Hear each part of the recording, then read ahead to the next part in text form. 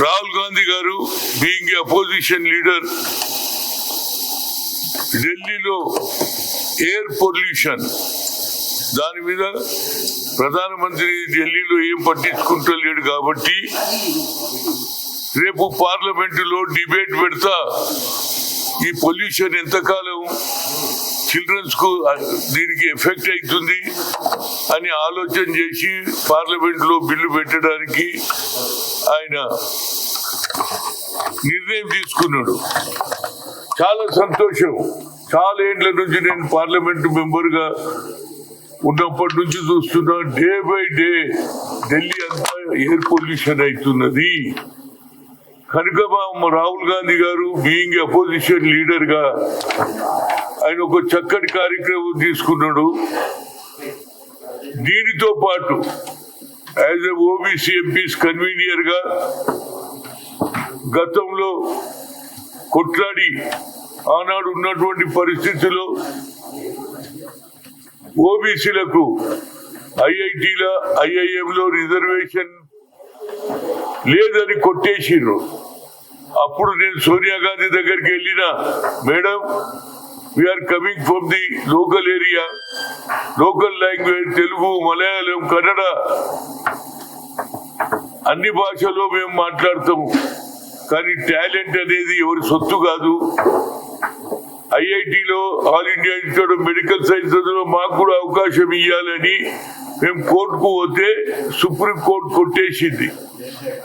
అప్పుడు మాకు ఎక్కడ పరిస్థితి లేదు, ఆల్టర్నేట్ ఒకటే పార్లమెంటు అని ఆ రోజులలో సోనియా గాంధీ యూపీఏ చైర్పర్సన్ గా పోయి, మేడం మాకు అవకాశం రావాలి అని ఆలోచన చేస్తే ఆయమ్మన్నది ఏం చేయాలంటే, అమ్మా పార్లమెంట్ లో దీనికి సుప్రీం కోర్టు దీనికి డిలే చేసింది కాబట్టి మా ఐఐటి ఐఐఎంలో ఓబీసీలకు మీరు న్యాయం చేయాలంటే ఏం చేయాలంటే ప్రధానమంత్రి మన్మోహన్ సింగ్ గారికి చెప్పండి, ఆయన పార్లమెంట్ లో బిల్లు పెడితే తప్పనిసరిగా బిల్లు పాస్ అవుతుంది నమ్మికున్నది. ఎందుకంటే మెజార్టీ ఉన్నాం మేము, మోర్ దాన్ 52% ఉన్నాం, మాకు న్యాయం జరగాలని ఆలోచన చేస్తే ఆ అమ్మ మన్మోహన్ సింగ్ చెప్పింది, పార్లమెంట్ లో బిల్లు పెడితే అన్ని రాజకీయ పార్టీలు, ఎందుకంటే ప్రతి పార్లమెంట్ లో ప్రతి అసెంబ్లీలో మాదే మెజార్టీ ఉంటుంది, ఎస్సీ ఎస్టీ ఓబీసీ.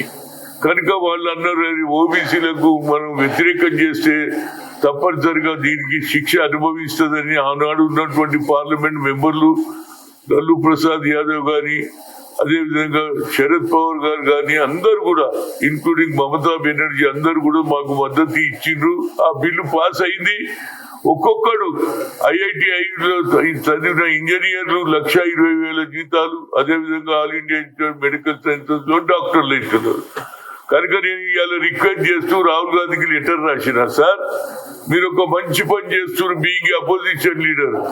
మీరు భారతదేశంలో 4,500 కిలోమీటర్లు భారత్ జోడో కార్యక్రమంలో వెళ్ళినప్పుడు, తిరిగినప్పుడు, వాక్ చేసినప్పుడు ఎంతో మంది బీసీ ఎస్సీ ఎస్టీలు మైనార్టీలు అందరు కలిశారు, వాళ్ళ బాధ చెప్పుకున్నారు.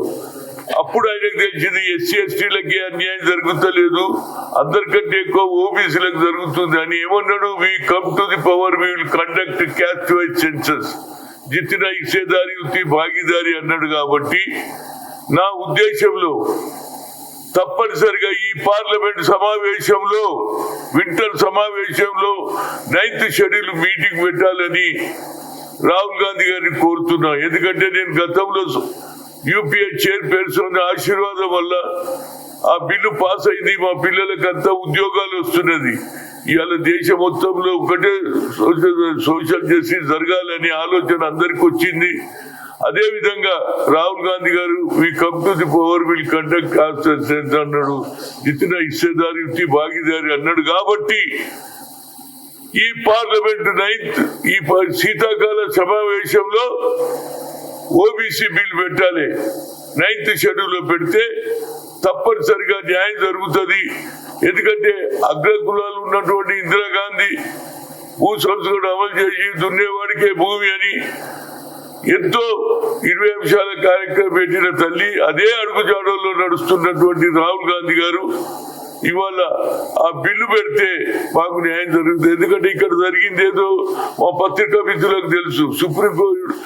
సుప్రీంకోర్టు పోతే మీరు హైకోర్టుకు పోమన్నారు. హైకోర్టు చెప్పేసింది 50% రిజర్వేషన్ దాటొద్దు. ఎందుకంటే ఇందిరా సహాని కేసులో ఒక డెడ్ లైన్ పెట్టిండ్రు. ఏ రిజర్వేషన్ అయినా 50% సీలింగ్ అవుతున్నారు. గతంలో 10% ఈడబ్ల్యూసీ ఎస్టీ అగ్ర కులాలలో పేదవాళ్ళు ఉన్నారని ఆయన రిజర్వేషన్ పెడితే మేమందరం పాస్ చేసినాం. ఎందుకంటే అందులో కూడా పేదవాళ్ళు ఉన్నారు. కానీ నరేంద్ర మోడీ తనకు తాను ఓబీసీ అంటాడు. కానీ దీనికి న్యాయం చేయమని కోరడానికి రాహుల్ గాంధీ గారే మొదలు కంకణం కట్టుకున్నాడు. కనుక అదే ఆలోచనలో రేవంత్ రెడ్డి గారు కూడా ఇక్కడ 42% ఏది కామారెడ్డిలో డిక్లేర్ చేశాడు. దాన్ని అమలు కూడా చేశాడు. చేసి అసెంబ్లీలో బిల్లు పాస్ అయింది. ఆర్డినెన్స్ కూడా తీశారు. దానికి గవర్నర్ దగ్గర పంపిస్తారు. కోల్డ్ స్టోరేజ్ లో పెట్టారు. ఢిల్లీలో కూడా మేము ధర్నా చేశాము. ఇంక్లూడింగ్ ముఖ్యమంత్రి రేవంత్ రెడ్డి కూడా ధర్నాలో పార్టిసిపేట్ చేశారు. కానీ అక్కడ కూడా ప్రెసిడెంట్ ఆఫ్ ఇండియాని కలుద్దామంటే ఆమె కూడా అవకాశం ఇవ్వలేదు. కనుక ఇక ఒక్కటే ఆల్టర్నేట్ మా అందరి భవిష్యత్తు బాగుండాలంటే 9th షెడ్యూల్లో పెడితే న్యాయం జరుగుతుంది. అప్పుడు ఎవరు వ్యతిరేకం చేస్తారో తెలుస్తుంది. ఎందుకంటే మా ఓట్లతోటే ఎవడన్నా గెలవాలి. ఎస్సీ ఎస్టీ ఓబీసీ మైనార్టీ ఓట్లతోనే గెలుస్తారు అగ్ర కులాల వాళ్ళు ఎవరైనా. కనుక మాకు న్యాయం జరగాలంటే ఓబీసీ ఎంపీస్ కన్వీనర్ గా నేను రాహుల్ గాంధీ గారికి లెటర్ రాశాను, పంపించాను. అదేవిధంగా సోనియా గాంధీకి, అదేవిధంగా వేణుగోపాల్ కు, అదేవిధంగా all India OBC cell chairman Anil Yadav గారికి కూడా పంపిస్తున్నా. ఎందుకంటే మీ ద్వారా చెప్తున్నా. ఎందుకంటే ఇక ఏమి లేదు. ఈడ మేము ఎంత కొట్లాడినా ఎన్ని ధర్నాలు చేసినా ఈడనే లొల్లి అవుతుంది. ఇక ఢిల్లీలో కూర్చోవాలి అని అందరూ పోవాలి. చలో ఢిల్లీ, చలో ఢిల్లీ. దీంతో పాటు ఈ లెటర్ తో రాహుల్ గాంధీ గారు తప్పనిసరిగా స్పందిస్తాడు. ఆయన బిల్లు పెట్టాలి. ఎందుకంటే ఎయిర్ పొల్యూషన్ మీద ఉన్న ఏదైతే తప్పు జరుగుతుందో దాని మీద ప్రజలను కాపాడడానికి, చిన్నపిల్లలకు అన్యాయం జరుగుతుందని ఆలోచన వచ్చింది. కాబట్టి దీనితో పాటు హైయెస్ట్ మెజార్టీ పాపులేషన్ ఉన్నటువంటి మా బీసీలకు న్యాయం చేయడానికి 9th షెడ్యూల్లో ఈ బిల్లు పెట్టాలని అపోజిషన్ లీడర్ రాహుల్ గాంధీ కూడా లెటర్ రాశాను. వేణుగోపాల్ రాశాను, సోనియా గాంధీకి రాశాను, అదేవిధంగా రాహుల్ గాంధీ కూడా రాశాను. తప్పనిసరిగా బిల్లు పెడితే తెలిసిపోతుంది. మేము ఎంత కొట్లాడినా, ఎన్ని సంఘాలు, ఎన్ని కుల సంఘాలు, ఎన్ని ఓబీసీ లీడర్లు ఎన్ని చెప్పినా ఈడనే ధర్నా చేస్తుంది. కనుక వాళ్ళందరినీ నేను కోరేది ఎంత, పార్లమెంట్ జరిగేటప్పుడు 6-7 తారీఖులకు మీరు ఢిల్లీకి వచ్చేస్తే అక్కడనే రాహుల్ గాంధీని కూడా కలిసి అయ్యా మా బిల్లు పెట్టి, ఎందుకంటే ఇది 19th వరకే ఉంటుంది. 1st to 19th లోపల మనం 6-7 తారీఖులకు ఢిల్లీకి పోయి ఆడ కూర్చుంటే పని జరుగుతుందని అన్ని రాజకీయ పార్టీల వాళ్ళు కానీ, అదేవిధంగా ఓబీసీ ఆర్గనైజేషన్స్ ఎంతమంది ఉన్నారు, అది ఆర్ కృష్ణయ్య కావచ్చు, జాజుల శ్రీనివాస్ కావచ్చు, అదే చిరంజీవి గారు కావచ్చు, ఇట్లా ఎన్నో ఆర్గనైజేషన్స్ ఉన్నాయి.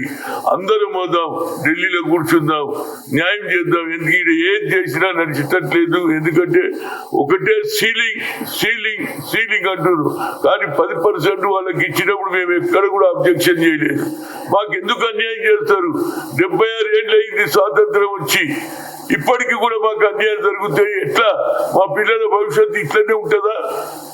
కనుక ఇవాళ సోషలీ, ఎకనామికలీ, చదువులో, ఎంప్లాయ్మెంట్ లో, అదే విధంగా రాజకీయంగా కూడా ఈ రిజర్వేషన్ ఒక కానూన్ అయితే, ఒక లా అయితే మా అందరికీ లాభం అవుతుందని ఓబీసీ ఎంపీస్ కన్వీనర్ గా అందరికీ రిక్వెస్ట్ చేస్తున్నా.